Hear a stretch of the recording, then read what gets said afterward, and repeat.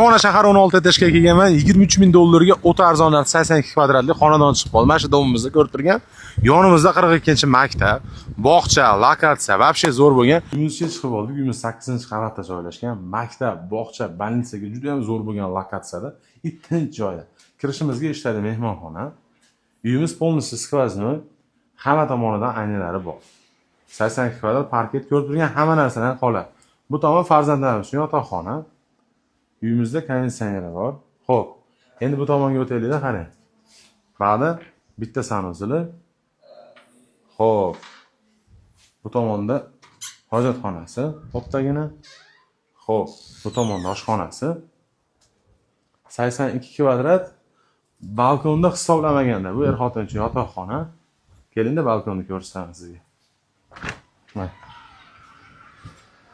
Mana. Ana 42-maktab. Bolalaringiz o'ynab yurgan ko'rib turaverasiz mana. 42-maktab, ona masjid. Chagarqishlarda masjid, lokatsiyasi zo'r bo'lgan joyda. Narxi 23 ming dollar bersin, uka deyapti.